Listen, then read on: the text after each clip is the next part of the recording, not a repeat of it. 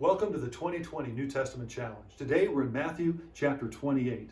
It's about the resurrection of Jesus. The death and resurrection of Jesus is the foundation to our faith. We read here in chapter 28 that on the first day of the week, the women came to the tomb. There was a great earthquake. An angel came and rolled the stone away and sat upon it. His clothes were white like lightning.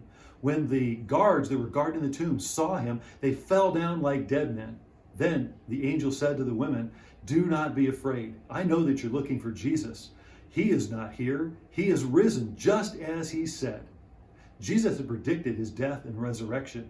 In Matthew chapter 12, he said that just as Jonah was 3 days and 3 nights in the belly of that huge fish, so the Son of Man will be 3 days and 3 nights in the heart of the earth. In Matthew chapter 16, he said to his disciples that he would suffer, be killed, but on the third day be raised to life. In Matthew chapter 20, he told his disciples that he would be condemned, flogged, crucified, but then on the third day be raised back to life. The disciples saw Jesus and they had touched him.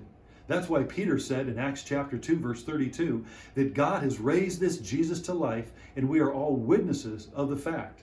Paul said in 1 Corinthians chapter 15 that this is of first importance, he said. This is more important than anything else. He said, number one, that Jesus died for our sins according to the scriptures. 2, that Christ was buried and been raised to life. That is the message of the church.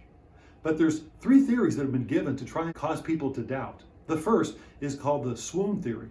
Here they said that Jesus, because of the beating and the crucifixion, the loss of blood, that he just appeared to have died. And then he was placed in the cool tomb, he revived and then slipped away. The problem with that theory is that there was a huge stone in front of the tomb, weighing tons.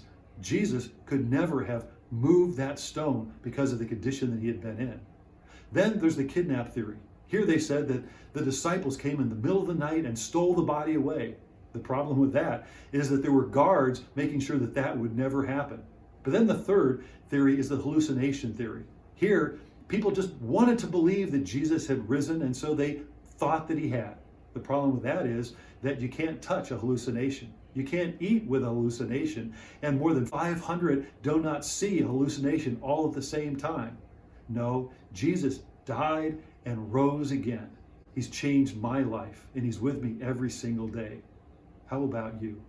Thank you for joining the 2020 New Testament Challenge. If you find these to be encouraging, why not hit the like button or share it with someone else? Have a wonderful day.